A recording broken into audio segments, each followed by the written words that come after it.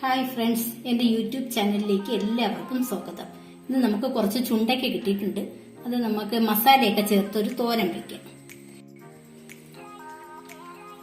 ഇതിൽ നിന്നും മുറ്റിയതൊന്നും എടുക്കരുത്, മുറ്റിയത് കൊള്ളത്തില്ല. ഇത് ചില ആൾക്കാരാണെങ്കിൽ കല്ലേ വെച്ച് ചതച്ചെടുക്കും. ഇതിപ്പോ ഞാൻ ചതച്ചല്ല എടുക്കുന്നത്.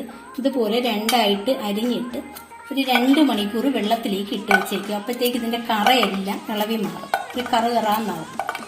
ചില ദിവസങ്ങളിൽ ഞാൻ രാത്രി ഇതിങ്ങനെ മുറിച്ചിടും, രാവിലെ എടുത്ത് തോരൻ വെക്കും. അങ്ങനെ വെച്ചാലും മതി. അല്ലെങ്കിൽ നമ്മൾ കല്ലിലിട്ട് ചതയ്ക്കുമ്പോൾ ഇതിന്റെ അരി വേറെ തൊലി വേറെ അങ്ങനെ ഇരിക്കും. എനിക്കത് ഇഷ്ടമല്ല. ഞാൻ ഇങ്ങനെയാണ് ചെയ്യുന്നത്. ഇതെല്ലാം നമുക്ക് പൊളിച്ച് മുറിച്ചെടുക്കാം.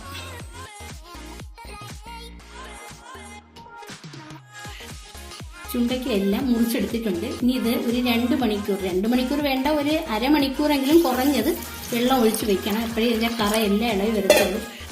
ഇപ്പൊ തന്നെ ഇത് കറാന്നായിട്ടുണ്ട്. ഇത് ഈ വെള്ളത്തിൽ കിടക്കുമ്പോൾ ഇതെല്ലാം കറയെല്ലാം ഇളവി ഈ വെള്ളത്തിലേക്ക് വരും. ഈ സമയത്ത് നമുക്ക് കുറച്ച് കൊച്ചുള്ളി പൊടിച്ചു വെക്കാം. ഇത്രയും കൊച്ചുള്ളിയാണ് ഞാൻ എടുത്തിരിക്കുന്നത്. ചുണ്ടയ്ക്ക് എത്ര എടുക്കുന്നോ അത്രയും തന്നെ കൊച്ചുള്ളി എടുക്കണം. കൊച്ചുള്ളി ഇല്ല എങ്കിൽ സവാള എടുക്കാം, പക്ഷെ ടേസ്റ്റ് കൊച്ചുള്ളിക്കാണ്. ഞാൻ ഇത്രയും കൊച്ചുള്ളി പൊളിച്ചുകൊണ്ടുവരാം. ചുണ്ടയ്ക്ക് ദണ്ട വെള്ളത്തിൽ അരിഞ്ഞിട്ടിട്ട് ഇപ്പോൾ 1 മണിക്കൂറോളം കഴിഞ്ഞ് അതിന്റെ കറയെല്ലാം ഇറങ്ങി ദണ്ട കണ്ടോ, വെള്ളം കറാന്നായിട്ടുണ്ട്. ചുണ്ടയ്ക്ക നല്ല വെളുത്തിട്ടുണ്ട്. ഇത് 2-3 വെള്ളം നമുക്ക് വൃത്തിയാക്കി കഴുകിയെടുക്കാം.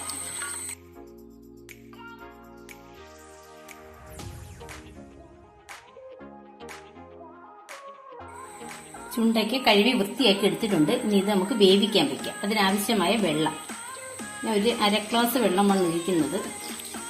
വെള്ളം ഇങ്ങനെ ഇത്രയും മതി. നേരത്തെ നമ്മൾ എടുത്തു വെച്ചിരുന്ന കൊച്ചുള്ളിയാണ്. ഉള്ളിയെല്ലാം ഞാൻ നല്ല വൃത്തിയായിട്ട് അരിഞ്ഞു വെച്ചിട്ടുണ്ട്. അതും കൂടി ഇതിന്റെ കൂടെ ചേർത്ത് കൊടുക്കാം. ഇനി ഇതിനാവശ്യമായ മഞ്ഞൾപ്പൊടി, ഒരു 1/4 ടീസ്പൂൺ മഞ്ഞൾപ്പൊടിയാണ് ചേർത്ത് കൊടുക്കുന്നത്. ആവശ്യത്തിന് ഉപ്പും ചേർത്ത് ഇത് വേവിച്ചെടുക്കാം.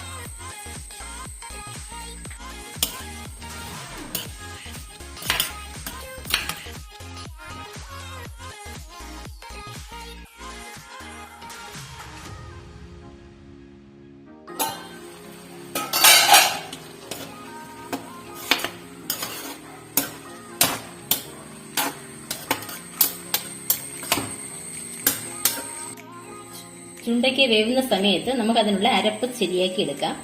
അതിന് അരപ്പെന്ന് വെച്ചാൽ തേങ്ങ ചതച്ചെടുത്താൽ മതി. അതിനാദ്യമേ ഞാൻ 2 വെളുത്തുള്ളി ഇട്ട് കൊടുക്കുന്നു. ഒരു 1/4 ടീസ്പൂൺ നല്ല ജീരകം.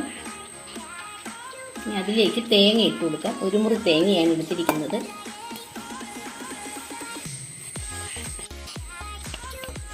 എരിവിനാവശ്യമായ മുളക് പൊടി. ഇത് നല്ല എരിവുള്ള മുളക് പൊടിയാണ്, അതുകൊണ്ട് ഞാൻ ഒരു 1/2 ടീസ്പൂൺ ഇട്ട് കൊടുക്കുന്നത്. ഒരു 1/4 ടീസ്പൂൺ മല്ലിപ്പൊടിയും കൂടി ചേർത്ത് കൊടുക്കുന്നുണ്ട്.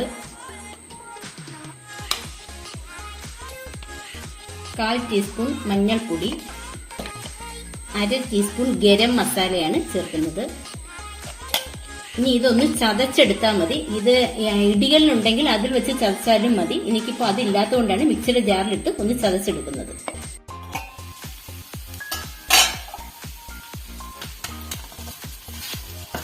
ചുണ്ടയ്ക്ക നല്ല വെന്ത് വന്നിട്ടുണ്ട്. വെള്ളമെല്ലാം വറ്റിയിട്ടുണ്ട്.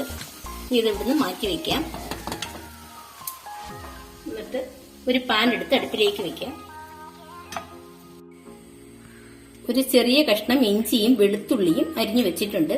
അതുപോലെ തന്നെ കുറച്ച് തേങ്ങാ കൊത്തും എടുത്തു വെച്ചിട്ടുണ്ട്. പാൻ ചൂടായിട്ടുണ്ട്. അതിലേക്ക് ഒരു 2 ടീസ്പൂൺ വെളിച്ചെണ്ണ ഒഴിച്ചു കൊടുക്കാം. ഒരു 1/4 ടീസ്പൂൺ കടുകാണ് ഇട്ട് കൊടുക്കുന്നത്. കടുക് പൊട്ടിയിട്ടുണ്ട്. അതിലേക്ക് ഈ തേങ്ങാ കൊത്തിട്ട് കൊടുക്കുക.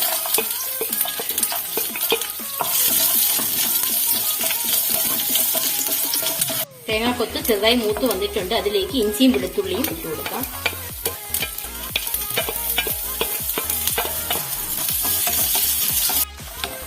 ഇഞ്ചിയും വെളുത്തുള്ളിയും തേങ്ങാ കൊത്തുമെല്ലാം നല്ല മൂത്ത് വന്നിട്ടുണ്ട്. ഇതിലേക്ക് നമ്മൾ ചതച്ചു കൊണ്ടുവന്നിരിക്കുന്ന ഈ അരപ്പിട്ട് കൊടുക്കാം.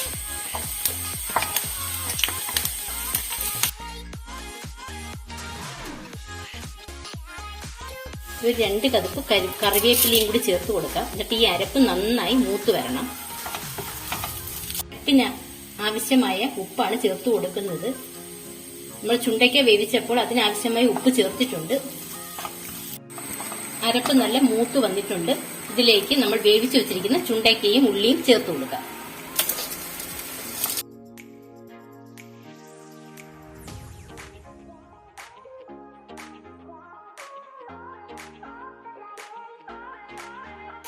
നമ്മുടെ ചുണ്ടയ്ക്ക തോരൻ റെഡി ആയിട്ടുണ്ട്. ഉപ്പും എരിവും എല്ലാം ഞാൻ നോക്കി, എല്ലാം ഉണ്ട്. ഒരു പ്രാവശ്യമെങ്കിലും നിങ്ങൾക്ക് ചുണ്ടയ്ക്ക കിട്ടുമ്പോൾ ഇതുപോലെ ഒന്ന് തോരൻ വെച്ച് നോക്കണം.